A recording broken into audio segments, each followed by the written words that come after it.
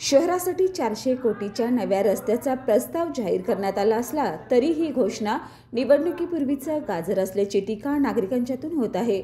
वर्षभरापूर्वी 100 कोटीच्या रस्त्याच्या कामाची घोषणा करण्यात आली होती, मात्र त्या कामाचा दर्जा निकृष्ट राहिला आणि नागरिकांना खराब रस्त्यामुळे त्रास सहन करावा लागलाय। त्या 23 कोटीच्या गाजराचा हलवा कोणी खाल्ला असा सवाल करत नागरिकांनी पालकमंत्र्यांकडून हिशोब मागितलाय।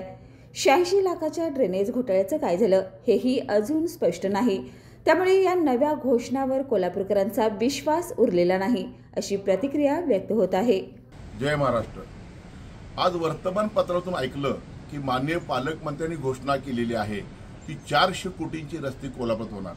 खरंच होणार आहेत तर नक्की आम्ही स्वागत करू, परंतु यापूर्वी सुद्धा निवडणुकीपूर्वी 100 कोटीचे रस्ते होणार अशाच घोषणा झाल्या होत्या। तो राहिला निधी गेला कुठं पालकमंत्री साहेब, ते तुम्ही सांगणं अत्यंत गरजेचं आहे।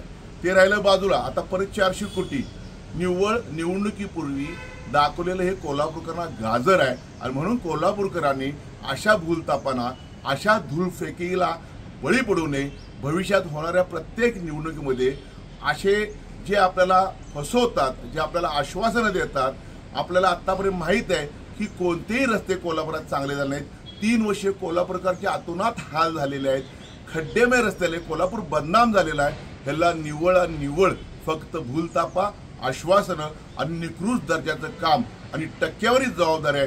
त्यामुळे भविष्यात होणाऱ्या निवडणुका ह्यांच्या विरोधात मतदान करून ह्यांना धुळफेक चारा अशी मी तुम्हाला विनंती करत आहे।